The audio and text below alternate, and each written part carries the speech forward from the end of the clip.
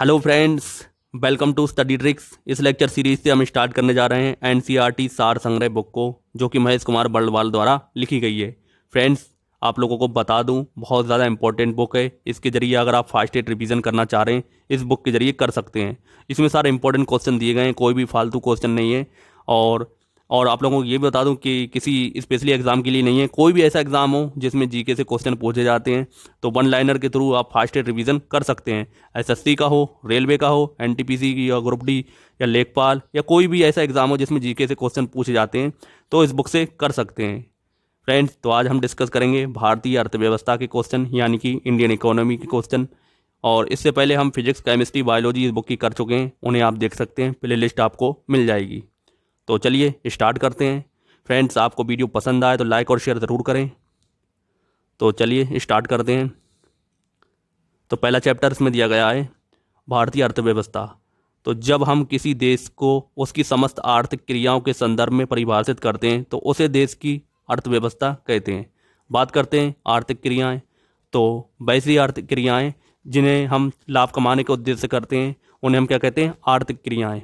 जैसे व्यापार करना, कृषि करना, पशुपालन करना, या कोई भी ऐसा काम हो जिसका उद्देश्य हमें लाभ कमाने के लिए करते हैं, उसे हम क्या कहते हैं? आर्थिक क्रियाएं। इस चीज़ को आप ध्यान रखेंगे। अगला है अर्थशास्त्र का जनक किसे कहा जाता है? तो आपने ये क्वेश्चन कई बार देखा होगा। किसे कहते हैं? एडम स्मिथ को, यानी कि फादर ऑफ इकोनॉमिक्स। अगला है अर्थव्यवस्था की छोटी आर्थिक इकाइयों का अध्ययन अर्थशास्त्र की किस शाखा के अंतर्गत किया जाता है? तो व्यष्टि अर्थशास्त्र, यानी कि माइक्रो इकोनॉमिक्स। तो इसी अगला एक और इसका होता है मैक्रो इकोनॉमिक्स, जिसे हम समष्टि अर्थशास्त्र कहते हैं। तो नेक्स्ट दिया गया है समष्टि अर्थशास्त्र, यानी मैक्रो इकोनॉमिक्स को अर्थशास्त्र की एक अलग शाखा के रूप में आरंभ करने का श्रेय किसे दिया जाता है? तो किसे दिया जाता है? जॉन मेनार्ड कीन्स को। इसको आप ध्यान रखेंगे। अगला क्वेश्चन दिया गया है भारतीय अर्थव्यवस्था किस प्रकार की अर्थव्यवस्था मानी जाती है? तो किस प्रकार की मानी जाती है? विकासशील अर्थव्यवस्था, यानी कि डेवलपिंग इकोनॉमी। अगला क्वेश्चन है हमारा भारतीय अर्थव्यवस्था की मुख्य विशेषताएं क्या हैं? कृषि की प्रधानता है, प्रति व्यक्ति न्यूनतम आय है, और बढ़ती बेरोजगारी है। ये तीनों क्या हैं? भारतीय अर्थव्यवस्था की प्रमुख विशेषताएं। अगला पॉइंट दिया गया है भारतीय अर्थव्यवस्था मिश्रित अर्थव्यवस्था है, यानी कि मिक्स्ड इकोनॉमी है, जिसमें सार्वजनिक, यानी कि जो सरकारी एवं निजी प्राइवेट क्षेत्र मिलकर कार्य करते हैं। इस अर्थव्यवस्था में पूंजीवादी, यानी कैपिटलिस्ट, एवं समाजवादी, सोशलिस्ट, दोनों अर्थव्यवस्थाओं की विशेषताएं पाई जाती हैं। तो इस चीज़ को आप ध्यान रखेंगे। इससे रिलेटेड क्वेश्चन पूछे जा सकते हैं।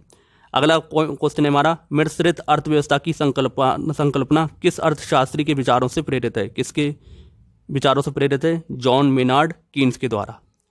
अगला है बंद अर्थव्यवस्था किसे से क्या आशय है? तो ये क्वेश्चन पूछते हैं। अगर दोस्तों किसी देश में आयात और निर्यात की गतिविधियां बंद होती हैं, तो उसे हम क्या कहते हैं? बंद अर्थव्यवस्था, यानी आयात निर्यात की गतिविधियों का ना होना। अगला दिया गया है अर्थव्यवस्था के क्षेत्रक। तो 3 क्षेत्र होते हैं। प्राथमिक क्षेत्रक, यानी कि प्राइमरी सेक्टर। अगला है द्वितीय क्षेत्रक, यानी कि सेकेंडरी सेक्टर। तृतीय क्षेत्रक, यानी कि टर्सरी सेक्टर।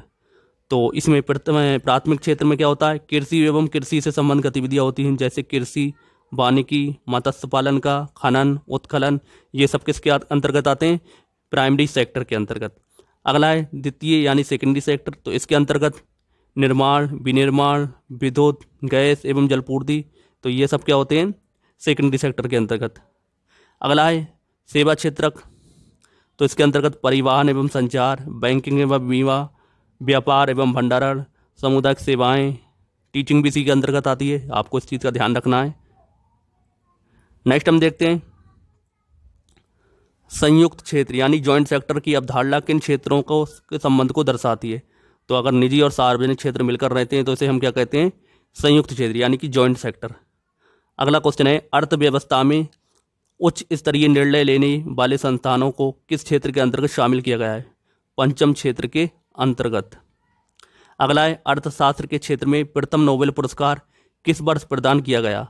तो वर्ष 1969 ईस्वी में। अगला है अर्थशास्त्र में नोबेल पुरस्कार प्राप्त करने वाले प्रथम भारतीय मूल के प्रथम व्यक्ति कौन थे? तो अमर्त्य सेन। आपको इसको ध्यान रखना है। अगला पॉइंट दिया गया है अर्थशास्त्र का नोबेल प्राप्त करने वाले अभिजीत बनर्जी भारतीय मूल के दूसरे व्यक्ति हैं। जिन्हें ये पुरस्कार वर्ष 2019 में उनकी पत्नी एस्थर डुप्ले तथा अमेरिकी मूल की माइकल क्रोमर के साथ संयुक्त रूप से वैश्विक गरीबी उन्मूलन प्रयोगात्मक दृष्टिकोण हेतु दिया गया था। तो आप इस चीज़ को भी ध्यान रखेंगे। अगला क्वेश्चन है, राष्ट्रीय आय और प्रति व्यक्ति आय एक निर्धारित स्तर से ऊपर पाई जाती है तो उसे हम क्या कहते हैं, विकसित अर्थव्यवस्था यानी कि डेवलप्ड इकोनॉमी। तो ये अमेरिका की है। अगला है, हस्तक्षेप के सिद्धांत यानी कि लेजर फेयर का प्रतिपादन किसने किया था? तो किसने किया था? एडम स्मिथ ने। इसको ध्यान रखेंगे। अगला क्वेश्चन है हमारा, गांधीवादी अर्थव्यवस्था यानी गांधीयन इकोनॉमी किस सिद्धांत पर आधारित है? तो किस सिद्धांत पर है? न्याय। तो इसे न्याय सिद्धांत के आधार पर, इसको आप ध्यान रखेंगे। अगला क्वेश्चन है हमारा, समाजवादी अर्थव्यवस्था का जनक यानी सोशलिस्ट इकोनॉमी का जनक किसे माना जाता है? किसे मानते हैं? कार्ल मार्क्स को। इसको ध्यान रखेंगे। अगला क्वेश्चन है, भारतीय अर्थव्यवस्था के उदारीकरण का अग्रदूत कहा जाता है, किसे कहते हैं? डॉक्टर मनमोहन सिंह को। इसको आप ध्यान रखेंगे। अगला क्वेश्चन दिया गया, अगली टेबल दी गई है। तो विश्व की 10 शीर्ष अर्थव्यवस्थाएं 2020 तक की हैं, बाद में चेंज हो सकती हैं और अब चेंज हो सकती हैं। तो पहला है अमेरिका, इसकी जीडीपी कितनी है? 20.80। तो यूएस ट्रिलियन डॉलर में दी गई है ये। अगला है चीन, तो इसकी 15.22 है। जापान की 4.91 मिलियन ट्रिलियन डॉलर है यूएस। जर्मनी की 3.78 है। यूके की 2.63 है। भारत की 2.59 है और फ्रांस की 2.55 है। इटली की 1.84 है। कनाडा की 1.60 है। कोरिया की 1.51 है। तो इसे ये 2020 तक की हैं, आप इस ध्यान रखेंगे। नेक्स्ट दिया गया है, किसी अर्थव्यवस्था में होने वाले मात्रात्मक परिवर्तन यानी क्वांटिटेटिव चेंज आर्थिक समृद्धि यानी कि इकोनॉमिक ग्रोथ कहलाता है। तो इसमें इकोनॉमिक ग्रोथ के क्वेश्चन देखने वाले हैं। तो पहला दिया गया है, प्रति व्यक्ति समग्र उत्पादन प्रति व्यक्ति भौतिक पूंजी में वृद्धि क्या दर्शाती है? तो क्या दर्शाती है? आर्थिक समृद्धि को यानी कि इकोनॉमिक ग्रोथ को। अगला क्वेश्चन है, यदि किसी देश की पूंजी निर्माण यानी कैपिटल फॉर्मेशन हो रहा है तो उसकी अर्थव्यवस्था पर क्या प्रभाव पड़ेगा? तो क्या प्रभाव पड़ेगा? आर्थिक समृद्धि में अनिवार्य रूप से वृद्धि होगी। अगला दिया गया, किसी भी देश के लिए आर्थिक समृद्धि का सबसे उपयुक्त मापदंड क्या माना जाता है? तो क्या मानते हैं? प्रति व्यक्ति की वास्तविक आय को हम क्या कहते हैं? आर्थिक समृद्धि का मापदंड। अगला हम देखते हैं, भारतीय अर्थव्यवस्था ने किस वर्ष में सर्वाधिक समृद्धि दर प्राप्त की है? तो वर्ष 2006-07 में 9.6% बढ़ गई थी। अगला क्वेश्चन है, भारत में बचत यानी सेविंग और पूंजी निर्माण की ऊंची दर होते हुए भी समृद्धि दर कम होने का मुख्य कारण क्या है? तो क्या होता है? पूंजी उत्पाद अनुपात का अधिक होना। दोस्तों एक बात और आपको बता दूं, इस बुक को आप वन लाइनर क्वेश्चन के थ्रू पढ़ें, ये ना समझें कि आप थ्योरी पढ़ रहे हैं, क्योंकि इसमें क्वेश्चन के हिसाब से ये सब दिया गया है वन लाइनर के थ्रू। तो आप ये ना समझें कि मतलब हम थ्योरी पढ़ रहे हैं, तो थ्योरी के हिसाब से आप दूसरी बुक को पढ़ना है। आपको कोई सी भी पढ़ सकते हैं जो आपको अच्छी लगे, वैसे लूसेंट पढ़ सकते हैं या फिर किरण की पढ़ सकते हैं। अगला है, अंतर्राष्ट्रीय मुद्रा कोष IMF के अनुसार वर्ष 2021-22 में भारत की समृद्धि दर कितना रहने का अनुमान है? तो 11.5%। नेक्स्ट दिया गया, किसी अर्थव्यवस्था में होने वाले मात्रात्मक एवं गुणात्मक परिवर्तनों को आर्थिक विकास कहते हैं और इसमें सामाजिक मूल्य निहित होते हैं। नेक्स्ट दिया गया है, आर्थिक विकास यानी इकोनॉमिक डेवलपमेंट के मुख्य संकेतक क्या हैं? तो मानव पूंजी में वृद्धि, असमानता में कमी और अर्थव्यवस्था में संरचनात्मक परिवर्तन। अगला है, आर्थिक उदारीकरण की नीति लागू होने के पश्चात किस वर्ष आर्थिक विकास दर सर्वाधिक रहा? तो कब रहा? 2006-07 में 9.6% रहा था। अगला क्वेश्चन है, किस पंचवर्षीय योजना में आर्थिक विकास दर सबसे कम रही? तो कौन सी में रही थी? तीसरी पंचवर्षीय योजना में। तो इसमें भारत का चीन से युद्ध हुआ, पाकिस्तान से युद्ध हुआ और अकाल की हिस्ट्री आ गई थी, इसलिए इसकी विकास दर सबसे कम रही थी। अगला है, किस पंचवर्षीय योजना में आर्थिक विकास दर सर्वाधिक 7.8% रही? तो किसमें? 11वीं पंचवर्षीय योजना में। अगला है, सकल घरेलू उत्पादन यानी GDP में परिवर्तन की दर क्या कहलाती है? तो क्या कहलाती है? आर्थिक विकास दर। अगला है, जीवन की भौतिक गुणवत्ता सूचकांक यानी फिजिकल क्वालिटी लाइफ इंडेक्स का प्रतिपादन किसने किया? तो किसने किया था? मॉरिस ने वर्ष 1976 ईस्वी में। ध्यान रखेंगे। नेक्स्ट दिया गया है वर्ष 1970 में आधारभूत आवश्यक प्रत्यगम दृष्टिकोण का प्रतिपादन किसके द्वारा किया गया था? किसके द्वारा किया गया था? विश्व बैंक के द्वारा। अगला क्वेश्चन है आर्थिक विकास के मापन क्रय शक्ति समता विधि पीपीपी का प्रतिपादन किसने किया? जे.आर. कैसेल ने। इसको आप ध्यान रखेंगे। अगला क्वेश्चन है विश्व बैंक के अनुसार क्रय शक्ति समता परचेसिंग पावर पैरिटी के आधार पर चीन एवं संयुक्त राज्य अमेरिका के बाद भारत तीसरी सबसे बड़ी अर्थव्यवस्था है, यानी किसी भी चीज़ को खरीदने की शक्ति है भारत के लोगों में तीसरे नंबर पर विश्व में, चीन और अमेरिका के बाद। अगला है वर्ष 2020 में जारी अंतर्राष्ट्रीय तुलनात्मक कार्यक्रम आईसीपी के अनुसार पीपीपी के आधार पर विश्व जीडीपी में भारत की भागीदारी कितनी प्रतिशत है? 6.7%। अगला क्वेश्चन है भारतीय मानव विकास प्रतिपादन प्रत्येक प्रतिवर्ष गांव सैंपल विलेज के संबंधित क्या जानकारी प्रदान करता है? तो आधिकारिक संरचना, सुख साधन, शिक्षा तथा स्वास्थ्य संबंधित सूचकांक।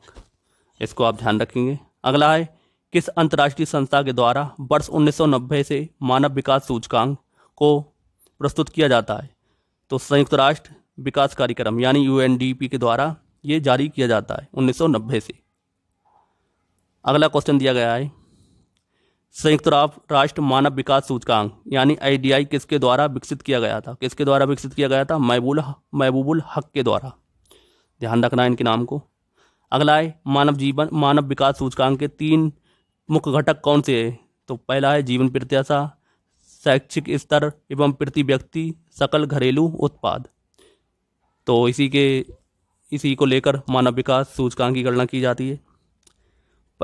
अगला कौन पॉइंट दिया गया जीवन प्रत्याशा सूचकांक लाइफ एक्सपेक्टेंसी लाइफ इंडेक्स की गणना हेतु अधिकतम आयु प्रत्याशा 85 वर्ष, न्यूनतम आयु प्रत्याशा 20 वर्ष ली जाती है। ध्यान रखना है। अगला है मानव विकास रिपोर्ट 2020 में किस देश का प्रथम स्थान है? तो 2020 की बात हो रही है नॉर्वे का। अगला है हमारा सतत आर्थिक विकास से क्या अभिप्राय है? तो वर्तमान पीढ़ी के विकास के साथ साथ भविष्य का आर्थिक विकास करना। नेक्स्ट दिया गया है किसी निश्चित अवधि के लिए एक देश की राष्ट्रीय आय नेशनल इनकम एक वित्तीय वर्ष 1 अप्रैल से 31 मार्च में उत्पादित अंतिम वस्तुओं और सेवाओं के मौद्रिक मूल्य के बराबर होती है। यानी राष्ट्रीय आय बराबर क्या होती है? घरेलू आय और विदेशों से प्राप्त शुद्ध कारक आय। अगला दिया गया है राष्ट्रीय आय लेखा प्रणाली नेशनल इनकम अकाउंटिंग सिस्टम का जन्मदाता किसे कहा जाता है? तो साइमन कूजनेट्स को।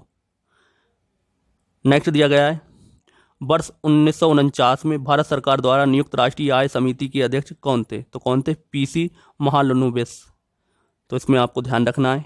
अगला दिया गया है भारत में प्रति व्यक्ति आय वृद्धि की दर मंद होने का मुख्य कारण क्या है? तो उच्च पूंजी उत्पाद अनुपात व जनसंख्या में वृद्धि क्या ऊंची दर। तो ये क्या है? प्रति व्यक्ति आय में वृद्धि की दर मंद होने क्या। अगला है भारत में अर्थव्यवस्था का कौन सा क्षेत्र बचत यानी सेविंग सर्वाधिक योगदान करता है? कौन करता है? घरेलू क्षेत्र। घरेलू क्षेत्र से भारत की अर्थव्यवस्था में सर्वाधिक बचत होती है। ध्यान रखना है। नेक्स्ट दिया गया है भारत की घरेलू बचतों में सर्वाधिक हिस्सा किसका है? तो भौतिक परिसंपत्तियों का। अगला क्वेश्चन है वर्तमान में भारत के किस राज्य में प्रति व्यक्ति आय सबसे कम है? तो सबसे कम कहाँ पर है? बिहार के अंदर। अगला क्वेश्चन है अगला पॉइंट है भारत में सर्वप्रथम राष्ट्रीय आय की गणना का प्रयास दादा भाई नौरोजी ने वर्ष 1876 में किया था। इन्होंने अपनी पुस्तक poverty and un-British rule in India में प्रति व्यक्ति आय 20 रुपये बताई थी। आपको ये ध्यान रखना है। नेक्स्ट हम देखते हैं वर्तमान में किस राज्य की औसत प्रति व्यक्ति आय सर्वाधिक है? तो कहाँ पर है? गोवा में। न्यूनतम कहाँ पर है? बिहार में। सर्वाधिक गोवा में। अगला है भारत में राष्ट्रीय आय समंकों का आकलन किसके द्वारा किया जाता है? तो किसके द्वारा करते हैं? केंद्रीय सांख्यिकी संगठन यानी सेंट्रल स्टैटिस्टिक ऑफिस के द्वारा। केंद्रीय सांख्यिकी कार्यालय CSO का राष्ट्रीय प्रतिदर सर्वेक्षण कार्यालय NSSO का विलय किस नई संस्था को स्थापित करने का निर्णय लिया गया? तो राष्ट्रीय सांख्यिकी कार्यालय का। नेक्स्ट हम देखते हैं हिंदू वृद्धि दर किससे संबंधित है? तो किससे संबंधित है हिंदू वृद्धि दर? राष्ट्रीय आय से। ध्यान रखना है आपको। अगला दिया गया है IMCA 21 मिशन मोड प्रोजेक्ट किस केंद्रीय मंत्रालय द्वारा आरंभ किया गया? तो कंपनी मामलों के मंत्रालय के द्वारा। अगला क्वेश्चन दिया गया है, एक खुली अर्थव्यवस्था यानी कि ओपन इकोनॉमी से में अर्थव्यवस्था की राष्ट्रीय आय से क्या तात्पर्य है? तो C+I+G(x-m). अब ये C और I ये सब क्या हैं? तो C यानी कंज्यूम उपभोग, I निवेश इन्वेस या सकल निवेश, और सरकारी व्यय G निर्यात, X जो निर्यात किया जा रहा है, और माइनस आयात को हटाना है, M से डिनोट किया गया है। तो C means consumption, I means gross investment, G was government spending, export import. तो आप इसको ध्यान रखें। नेक्स्ट दिया गया है, सकल घरेलू उत्पाद GDP के आधार पर विश्व की 6वीं सबसे बड़ी अर्थव्यवस्था कौन सी है? तो भारत की है 6वीं। नेक्स्ट हम देखते हैं, मुद्रास्फीति, मुद्रा संकुचन एवं प्रत्यक्ष अप्रत्यक्ष कर के प्रभाव को शामिल कर संकलित GDP को क्या कहा जाता है? तो क्या कहते हैं इसे? Nominal GDP। अगला क्वेश्चन है, भारत में सकल घरेलू उत्पाद का सबसे बड़ा भाग किस आर्थिक क्षेत्र से प्राप्त होता है? किससे होता है? सेवा क्षेत्र से। लेकिन रोजगार सबसे ज़्यादा किससे प्राप्त होता है? कृषि से। भारत की राष्ट्रीय आय में ग्रामीण अर्थव्यवस्था कितना प्रतिशत योगदान है? भारतीय राष्ट्रीय आय में ग्रामीण अर्थव्यवस्था कितना प्रतिशत योगदान है? लगभग 46%। आपको ध्यान रखना है। नेक्स्ट है, राष्ट्रीय सकल राष्ट्रीय उत्पाद ग्रॉस नेशनल प्रोडक्ट यानी GNP क्या है? तो राष्ट्रीय उत्पाद का मूल्य मापन क्या है? GNP। नेक्स्ट हम देखते हैं, राष्ट्रीय प्रतिदर सर्वेक्षण संगठन नेशनल सैंपल सर्वे ऑर्गेनाइजेशन की स्थापना किस वर्ष हुई थी? तो कब हुई थी? 1950 में। अगला क्वेश्चन है, राष्ट्रीय सांख्यिकी आयोग नेशनल स्टैटिस्टिकल कमीशन की स्थापना किस समिति की अनुशंसा पर स्वीकार की गई थी? तो C रंगराजन समिति के द्वारा। नेक्स्ट है, GDP आंकड़ों के आधार पर वर्ष 2004-05 को बदलकर कौन सा नया आधार वर्ष कर दिया गया? 2011 और 12 को। ध्यान रखना है आपको ये भी। नेक्स्ट हम देखते हैं, केंद्रीय सांख्यिकी कार्यालय CSO राष्ट्रीय आय की गणना के आधार वर्ष 2011-12 से बदलकर वर्ष 2017-18 करने का प्रस्ताव है। अगला दिया गया है, आर्थिक नियोजन से अभिप्राय। तो अगले हम देखते हैं आर्थिक नियोजन यानी कि इकोनॉमिक प्लानिंग के बारे में।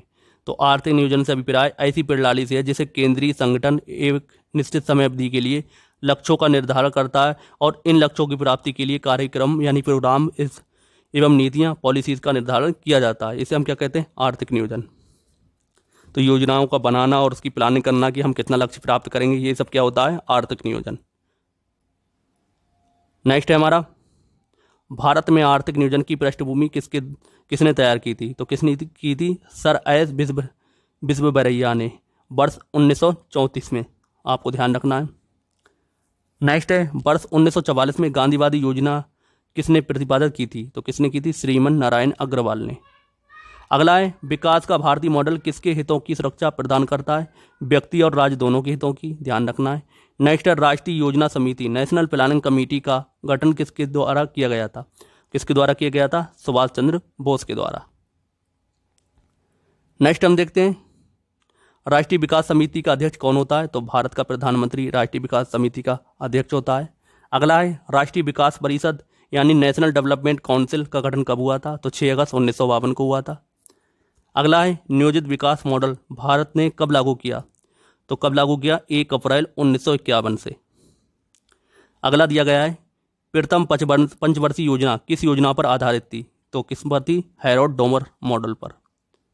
अगला है, अखिल भारतीय खादी एवं ग्रामीण बोर्ड की स्थापना किस योजना के दौरान की गई थी? तो प्रथम योजना में। ध्यान रखना आपको। नेक्स्ट हम देखते हैं, प्रथम पंचवर्षीय योजना की मुख्य प्राथमिकता क्या थी? तो क्या थी? कृषि का विकास करना। ध्यान रखना आपको। अगला है, देश में समाजवादी समाज सोशलिस्ट सोसाइटी की स्थापना का संकल्प किस पंचवर्षीय योजना से लिया गया था? तो किससे लिया गया था? द्वितीय पंचवर्षीय योजना से।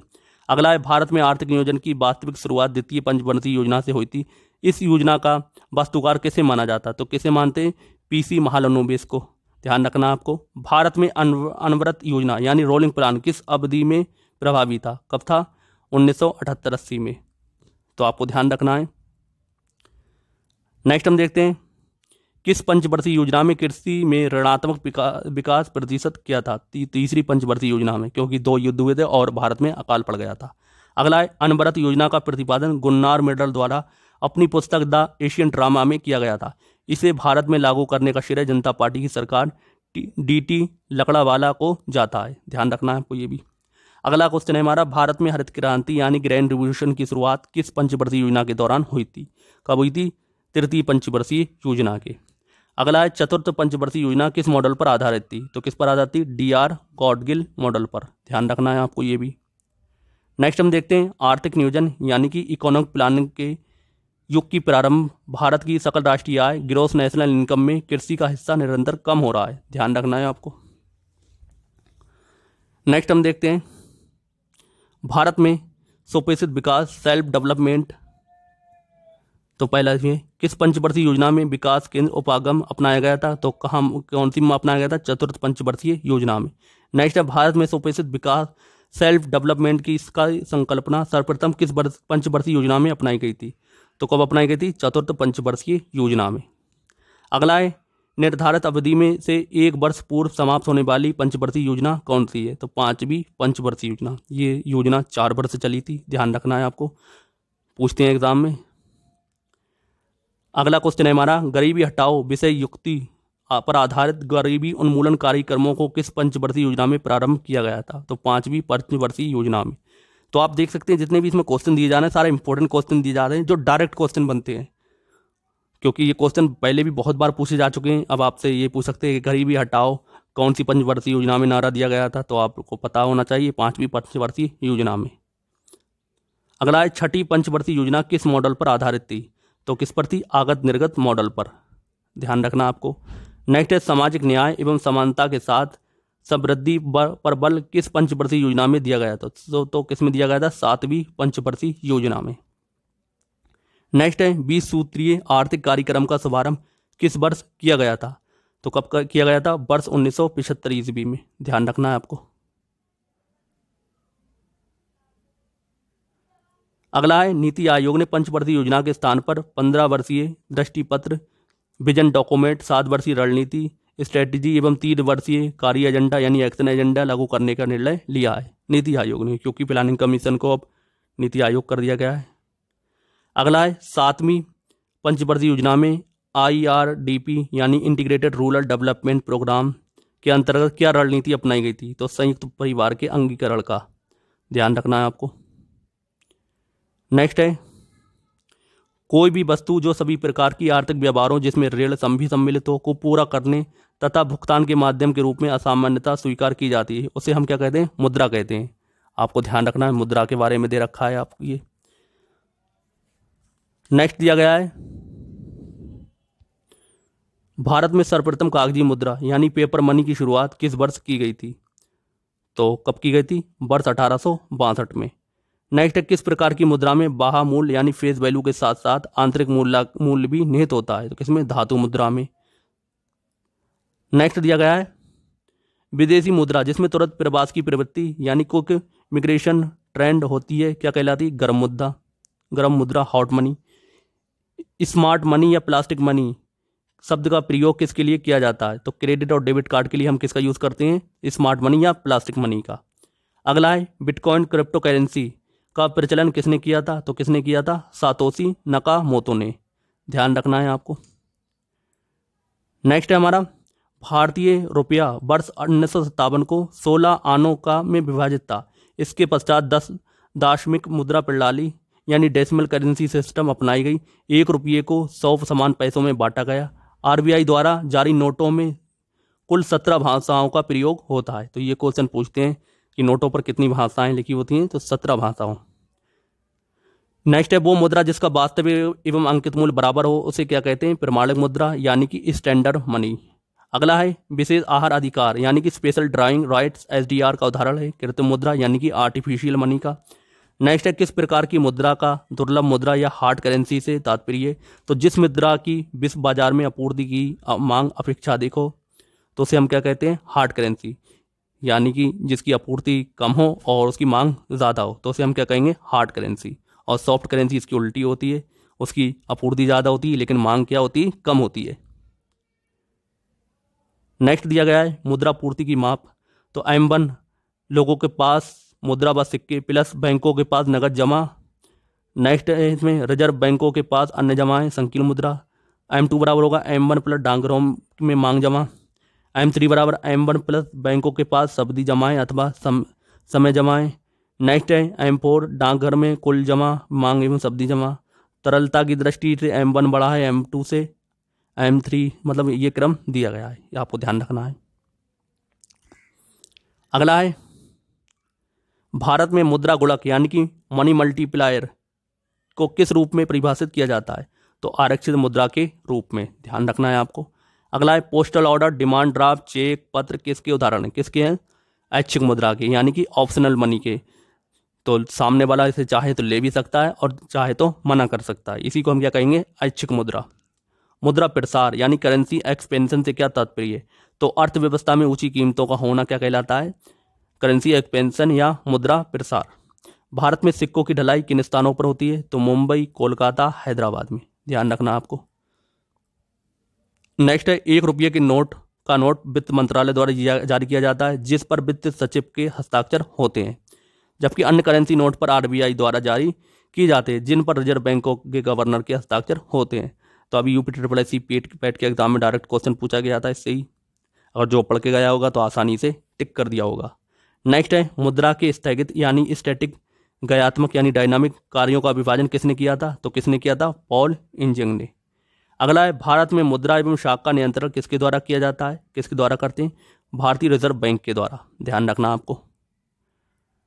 अगला पॉइंट दिया गया है ऐसे संस्थान जो किसी देश के वित्तीय व्यवहार में भागीदार होते हैं तो उन्हें हम क्या कहते हैं? बैंक कहते हैं। बैंकों को इसी तरह की संस्थाओं को व्यावसायिक गतिविधियां बैंकिंग कहलाती हैं। नेक्स्ट है हमारा सर्वप्रथम आधुनिक बैंकिंग का विकास किस देश में हुआ था? तो सबसे पहले आपसे अगर पूछा जाए तो बैंकिंग का विकास किस देश में हुआ था? विश्व में नीदरलैंड्स में। कब हुआ था? 1609 ईस्वी में। अगला है भारतीय रिजर्व बैंक यानी RBI की स्थापना किस वर्ष हुई थी? तो वर्ष 1935 में, ध्यान रखना है आपको, डायरेक्ट क्वेश्चन पूछते हैं। नेक्स्ट है भारत में केंद्रीय बैंक की स्थापना का प्रथम प्रयास किस आयोग द्वारा किया गया था? तो किसके द्वारा किया गया था? चैम्बरलेन आयोग द्वारा, वर्ष 1914 में, ध्यान रखना है।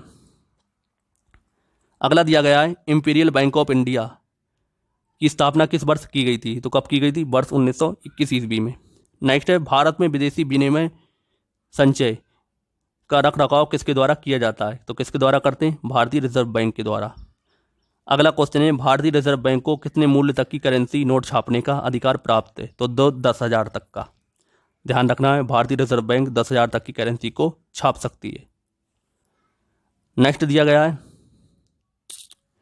विश्व के किस बैंक को केंद्रीय बैंकों की मां या मदर ऑफ सेंट्रल बैंक की संज्ञा दी गई है? तो बैंक ऑफ इंग्लैंड को, ध्यान रखना है आपको। अगला है भारत में मुद्रा संबंधी नोटों का निर्गमन प्रणाली किस पर आधारित है? किस पर आधारित है? न्यूनतम आरक्षित प्रणाली पर। बात करते हैं न्यूनतम आरक्षित पद्धति यानी कि प्रणाली क्या होती है? तो न्यूनतम आरक्षित पद्धति के अंतर्गत एक वित्तीय वर्ष में नए नोट निर्गमन करने की प्रक्रिया में भारतीय रिजर्व बैंक रुपये 200 करोड़ का एक संचित कोष रखेगी जिसमें 115 करोड़ का मूल्य का सोना तथा 85 करोड़ की अंतर्राष्ट्रीय मुद्रा करेंसी होगी। नेक्स्ट दिया गया है भारत में ट्रेजरी बिल किसके द्वारा बेचे जाते हैं? तो किसके द्वारा बेचे जाते हैं? भारतीय रिजर्व बैंक के द्वारा। नेक्स्ट है भारत में सिक्के जारी करने तथा नियंत्रित करने का कार्य कौन करता है? तो रिजर्व बैंक ऑफ इंडिया। अगला है प्रथम क्षेत्रीय ग्रामीण bank, first regional rural bank की स्थापना किस वर्ष की गई थी? तो वर्ष 1975 में। अगला है वाणिज्य पत्र यानी कॉमर्शियल पेपर किसके लिए शाख का स्रोत है? तो निगम यानी कॉरपोरेशन, उद्योग के लिए, इसको भी आप ध्यान रखेंगे। नेक्स्ट हमारा दिया गया है इंद्रधनुष योजना का संबंध किससे? तो बैंकों के वित्तीय सुधार से। तो डायरेक्ट क्वेश्चन पूछते हैं इंद्रधनुष योजना का संबंध किससे? तो बैंकों में जो वित्तीय सुधार किया जाता है किससे करते हैं? इंद्रधनुष योजना के अंतर्गत। नेक्स्ट है वर्ष 2011 में सूक्ष्म वित्त संस्थाएं माइक्रो फाइनेंस इंस्टीट्यूट किस समिति की अनुशंसा पर स्थापित की गई? तो YH मालेगाम समिति के द्वारा। अगला है भारतीय रिजर्व बैंक के लेखा वर्ष यानी अकाउंटिंग ईयर की अवधि है तो 1 जुलाई से 30 जून तक, ध्यान रखना है आपको। नेक्स्ट हम देखते हैं RBI ने अपने लेखांकन वर्ष जुलाई जून में से परिवर्तित कर अप्रैल मार्च करने का निर्णय किया है। इसके अंतर्गत आगामी लेखा वर्ष जुलाई 2020 से 31 मार्च 2021 तक 9 महीनों की अवधि का होगा। उसके पश्चात सभी लेखा वर्ष 1 अप्रैल से 31 मार्च तक के होंगे। अब आपसे पूछा जाए पहले क्या था, 1 जुलाई से 30 जून तक चलता था, और अब क्या है 1 अप्रैल से लेकर 31 मार्च तक भारत का वित्तीय वर्ष चलेगा। तो आपको ये वाला ध्यान रखना है, ये इसे एग्जाम में टिक करना है। नेक्स्ट है, भारत में बैंकों द्वारा प्राथमिक क्षेत्र ऋणदान से क्या तात्पर्य है, तो कृषि, लघु एवं छोटे उद्यम, दुर्बल वर्गों को ऋण देने से। अगला है, व्यावसायिक बैंक यानी कॉमर्शियल बैंक की का एजेंसी कार्य क्या है, तो ट्रस्टी का कार्य करना। तो ये किसका कार्य है, कॉमर्शियल बैंक का, आप इसको भी ध्यान रखेंगे। नेक्स्ट हम देखते हैं, वाणिज्यिक बैंक किस सूची के अंतर्गत आते हैं, तो किस सूची के अंतर्गत आते हैं, संघ सूची के अंतर्गत। आपको ध्यान रखना है इन पर कौन कानून बना सकता है, इन पर केंद्र के अंतर्गत आती हैं। अगला है, भारतीय रुपया विश्व की 5वीं ऐसी मुद्रा जिसमें का अपना प्रतीक, सिंबल यानी चिन्ह डी उदय कुमार द्वारा डिजाइन किया गया था। तो ये वाला जो होता है ये डी उदय कुमार द्वारा किया गया था। अगला है, नरसिम्हन समिति का संबंध किससे है, तो बैंक की संरचनाओं के सुधारों से। आपको ध्यान रखना है, नरसिम्हन समिति, ये पूछते हैं एग्जाम में। नेक्स्ट है हमारा, भारत में व्यावसायिक बैंकों द्वारा साख सर्जन यानी क्रेडिट क्रिएशन का नियंत्रण कौन करता है, भारतीय रिजर्व बैंक। अगला क्वेश्चन है, ग्रामीण परिवारों को सीधे ऋण कौन प्रदान करता है, तो क्षेत्रीय ग्रामीण बैंक, भूमि विकास बैंक। ध्यान रखना है आपको, ये ग्रामीणों को ऋण प्रदान करती हैं दोनों बैंक। अगला है, किसान क्रेडिट कार्ड, केसीसी किससे संबंधित है, तो उपयोग एवं निवेश शाख से। ध्यान रखना है आपको ये भी। नेक्स्ट हम देखते हैं, भारतीय रिजर्व बैंक का मुख्यालय यानी हेडक्वार्टर्स कहाँ पर है, तो मुंबई में है, ध्यान रखना है। भारतीय रिजर्व बैंक के 4 मुद्रालय यानी कि प्रेस जहाँ पर नोटों की प्रिंटिंग होती है, देवास में मध्य प्रदेश में, नासिक महाराष्ट्र में, मैसूर कर्नाटक में और सालबोनी पश्चिम बंगाल में। आपको ध्यान रखना है, यहाँ 4 जगह नोटों का निर्गमन होता है। अगला है, भारत के केंद्रीय बैंकों का बैंक किसे कहा जाता है, तो भारतीय रिजर्व बैंक को। ध्यान रखना है आपको।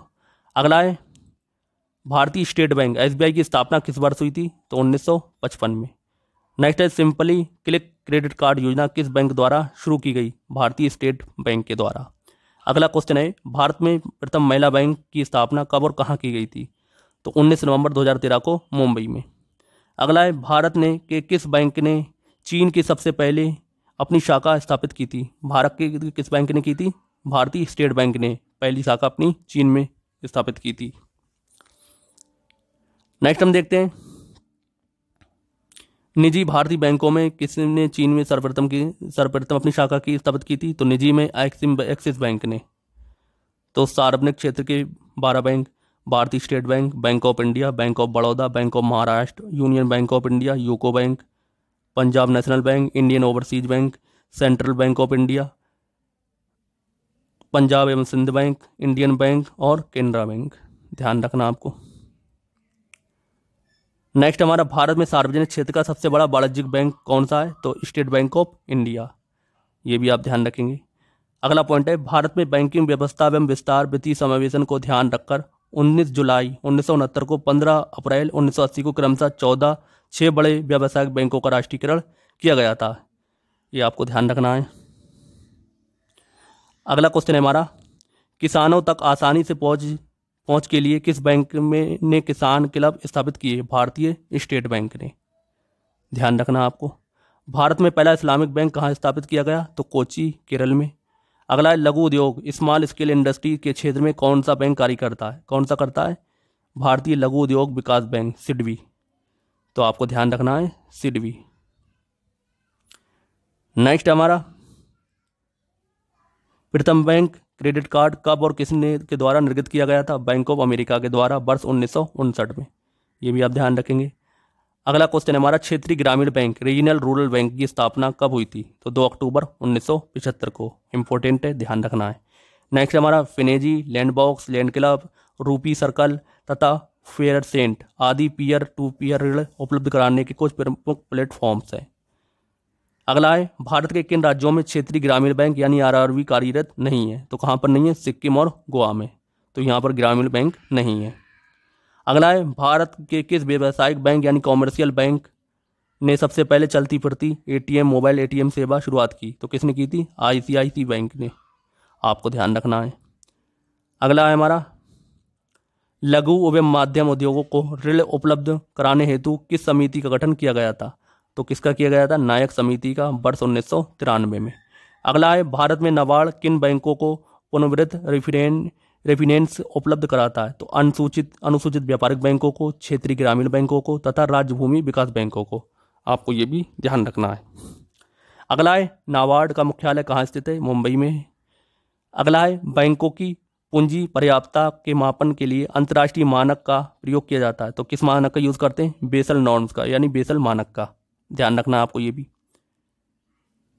नेक्स्ट हम देखते हैं, वर्ष 1995-96 में स्थापित ग्रामीण अर्थव्यवस्था विकास कोष यानी रूरल इंफ्रास्ट्रक्चर डेवलपमेंट फंड का लेखा जोखा कौन रखता है?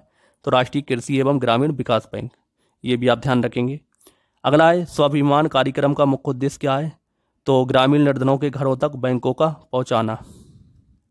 अगला है, किस समिति की अनुशंसा पर भारत में जोखिम परिसंपत्तियों की 9% न्यूनतम पूंजी पर्याप्तता का प्रावधान किया गया है? तो नरसिम्हन समिति के द्वारा। अगला है, सहकारी साख समितियों का ढांचा कैसा है? तो कैसा है? त्रिस्तरीय। नेक्स्ट हमारा, गैर निष्पादक परिसंपत्ति से संबंधित विवादों का निस्तारण के उद्देश्य से वर्ष 1993 में किस न्यायिक संस्था को अपनाई गई थी? तो ऋण वसूली प्राधिकरण। अगला क्वेश्चन दिया गया, कर्ज को लौटाने में समर्थ होने के बावजूद जानबूझकर कर्ज न लौटाने वाले ऋणी को किस नाम से जानते हैं? तो किससे जानते हैं? इरादतन चूककर्ता या विलफुल डिफॉल्टर। नेक्स्ट हमारा पॉइंट दिया गया है, केरल देश का प्रथम राज्य है जबकि तमिलनाडु का मंगलम देश प्रथम गांव है जहां प्रत्येक परिवार को कम से कम एक बैंक खाता सुनिश्चित कराया गया है। तो आपको ध्यान रखना है, केरल में और तमिलनाडु के मंगलम गांव में। ठीक है। नेक्स्ट हम देखते हैं, भारतीय रिजर्व बैंक किन परिसंपत्तियों के बदले मुद्रा निर्गमन करता है? तो स्वर्ण, विदेशी प्रतिभूति तथा भारत सरकार की प्रतिभूति के बदले में। अगला दिया गया, वर्ष 1920 में प्रथम भूमि विकास बैंक लैंड डेवलपमेंट बैंक की स्थापना कहाँ की गई थी? झांग, पंजाब के अंदर। अगला क्वेश्चन दिया गया, बैंकों की जमा राशि बढ़ने पर मुद्रापूर्ति का प्रभाव क्या पड़ता है? तो क्या होता है? मुद्रापूर्ति बढ़ती है। ध्यान रखना आपको ये भी। नेक्स्ट दिया गया है, भारतीय स्टेट बैंक की स्थापना किस समिति की संस्तुति पर की गई थी? तो A.D. गोरावाला समिति के द्वारा, वर्ष 1952 में। नेक्स्ट हमारा, केंद्रीय बैंक का सर्वाधिक महत्वपूर्ण कार्य कौन सा है? तो देश में पत्र मुद्रा का निर्गमन करना, यानी कि पेपर करेंसी का निर्गमन करना। अगला दिया गया है, असंगठित क्षेत्र को अनिश्चितता को कम करने के लिए नाबार्ड द्वारा कौन सा कार्यक्रम चलाया गया है? तो स्वयं सहायता समूह। ध्यान रखना आपको ये भी। नेक्स्ट आपको दिया गया है, गुजरात में सेल्फ एम्प्लॉयड वुमन एसोसिएशन सेवा और केरल में कदुम्बरी जैसी स्वयं सहायता समूह को सूक्ष्म वित्त पोषण उद्यम प्रशिक्षण हेतु स्थापित किए गए। ध्यान रखना आपको ये भी। नेक्स्ट हम देखते हैं, भारतीय पंचवर्षीयों को चार्ट के अनुसार तो योजना की अवधि दी गई है। तो प्रथम योजना 1 अप्रैल से 1951 से 31 मार्च 1956 तक चली। इसकी प्रमुख उद्देश्य कृषि उत्पादन में वृद्धि, उत्पादन आय तथा धन का समान वितरण। अगली है द्वितीय पंचवर्षीय योजना 1 अप्रैल 1956 से 31 मार्च 1961 तक चली। इसका मुख्य उद्देश्य औद्योगिक उत्पादन में वृद्धि, भारी उद्योगों का विकास। नेक्स्ट है तीसरी योजना, तो 1 अप्रैल 1961 से 31 मार्च 1966 तक चली। इसका जो मुख्य उद्देश्य था खाद्यान्न उत्पादन में आत्मनिर्भरता और रोजगार में अवसरों में वृद्धि करना, असमानता में कमी लाना। नेक्स्ट है हमारी 3 पंचवर्षीय योजना 1 अप्रैल 1966 से 31 मार्च 1969 तक चली। फिर चौथी योजना तो 1 अप्रैल 1969 से 31 मार्च 1974 तक चली। तो विकास की प्रक्रिया को तीव्र करना, कीमतें में स्थिरता लाना और सामाजिक समानता में स्थापित करना। तो ये भी आपको ध्यान रखना। अगली है पंचवर्षीय योजना, 5वीं पंचवर्षीय योजना 1 अप्रैल 1974 से 31 मार्च 1979 तक चली। केवल 4 वर्ष। जीवन स्तर को ऊंचा उठाना, विशेषकर समाज के कमजोर वर्गों को, और गरीबी उन्मूलन तथा आत्मनिर्भरता बनना।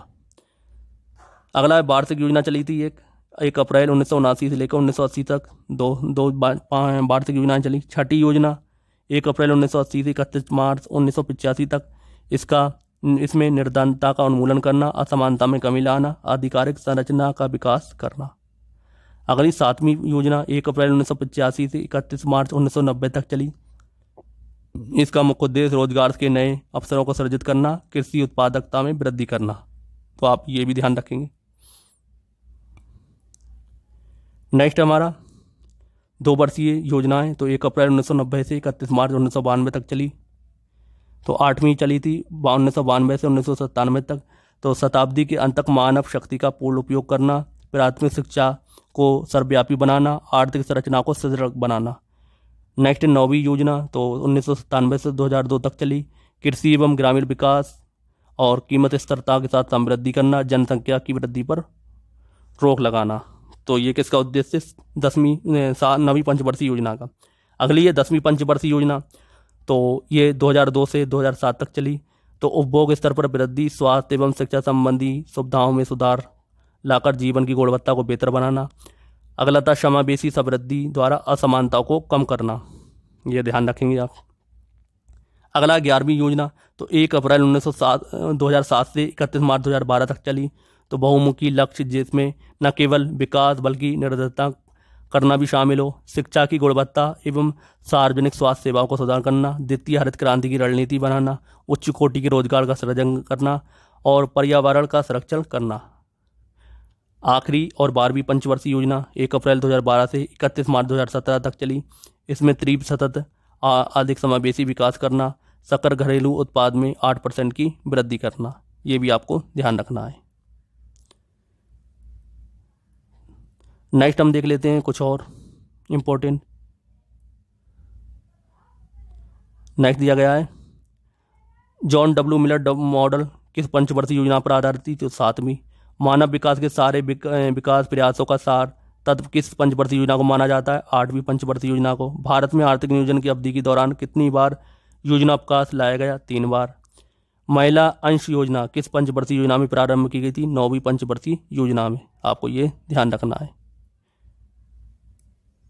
नेक्स्ट हमारा दिया है सर्व शिक्षा अभियान की शुरुआत किस पंचवर्षीय योजना के आरंभिक वर्षों में की गई? 10वीं पंचवर्षीय योजना के। अगला है 11वीं पंचवर्षीय योजना का उद्देश्य क्या था? तो तीव्रता समावेशी विकास करना।